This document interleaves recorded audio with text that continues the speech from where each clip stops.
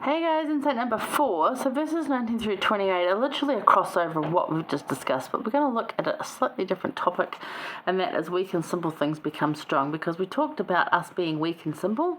They're given to the servants who have weakness in their manner of language, because it's not great, and our language probably does sound, especially in this accent, certainly doesn't sound posh now, does it?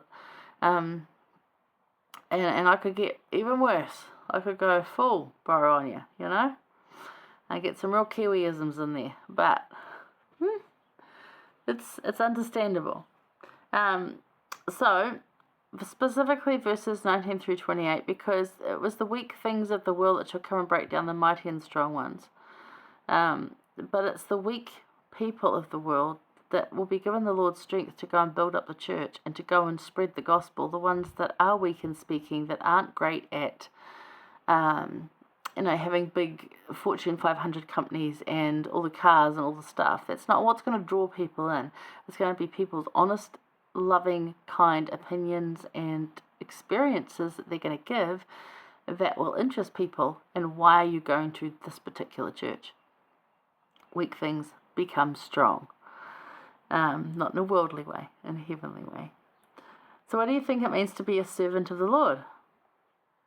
Well, anyone that's with Jesus, servant of the Lord, and you think, oh, I'm a favoured servant. You know what that means? My work. Yeah, been over that a couple of times. I like to be favoured of the Lord. I was like, oh, you are favoured of the Lord. Do you know what that means? And I'm like, no. It means you have a lot more work to do because he knows you'll do it. I'm like, oh, I still want to be favoured of the Lord, don't get me wrong. But it's not a title that you wear to show off in front of others. It's a title that means you roll your sleeves up and go do more stuff. It's where your weakness becomes strong. That's what it is. You're favoured because you listen. You're favoured because you allow him to help you. You're favoured because no matter what's happening, you turn to him instead of away from him. Those are the simple things that make you favoured, and in that is more work. So do you consider yourself a servant of the Lord? Yeah, I do. So what characteristics does he want us to have? People must be a frustrating medium to work with.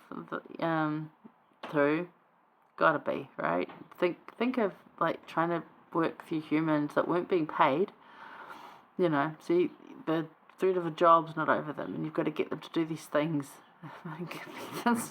It's a bit of a mess, I gotta say. Be very kind about it and talk to, and they've each got their own ideas, and sometimes there's more bosses and not enough workers, and sometimes there's lots of workers who just don't use their ears, don't listen. It's an interesting scenario. Yet the Lord uses us to accomplish His work. He does this in your life. How does He do this in your life? How have you seen this happen in your life? Very patiently shows up and takes care of things, one thing at a time. And me being very impatient wants it done all at once so I can see the results. And He's like, no, that's not how it's going to work. And I'm like, why won't it work that way? Tell me why. See? Very, very frustrating to work with people like me. And that's all of us.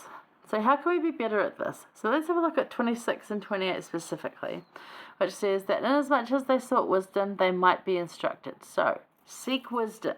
Go looking for advice from Christ. Go searching scriptures. Listen to what our prophet is telling us. All those things. Pray, seek the wisdom, ask the questions so that we can be instructed. Inasmuch as they sin, they might be chastened that they might repent. So you're repenting daily, you're turning to Christ daily so that you don't have that big thing hanging over your head. So you can clearly and easily hear him. And in 27, that is 27 and 28. And inasmuch as they were humble, that they may be made strong and blessed from on high and receive knowledge from time to time.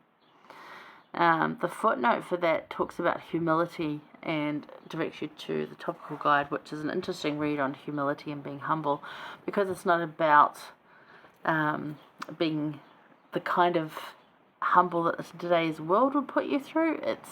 It's different, and the weakness that talks about there is knowing that we're human and that we're all weak, and accepting that, and stop trying to do things without the Lord. To bring the Lord in the first place and bring him in to do those things. So what characteristics does he want us to have? Well, he wants us to be humble and to ask and to be more like him, so that we can hear him easily, so that we're molded into this Christ-like people, because that's an easier team to work with.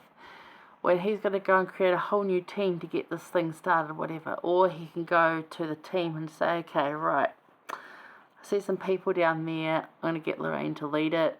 She's pretty good, and she knows all these people, and they respect her because of how she lives, even though she mucks up like daily.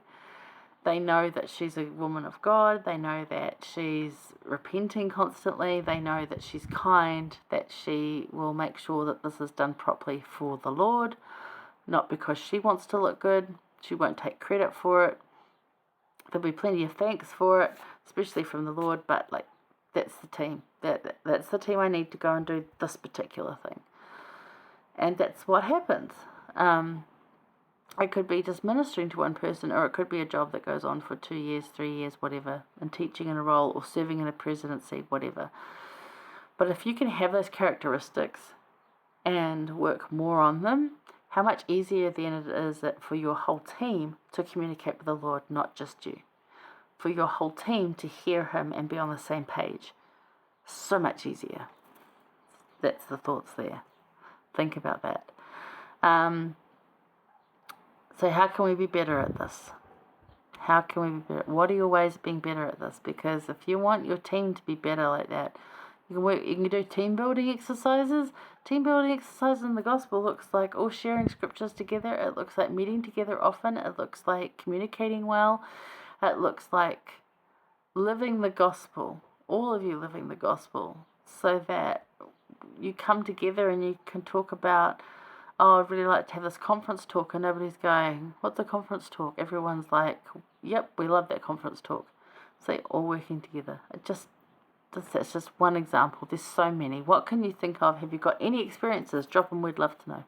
All right, hang around. We're going to finish off with searching the commandments in verses 37 to 39. I'll see you there.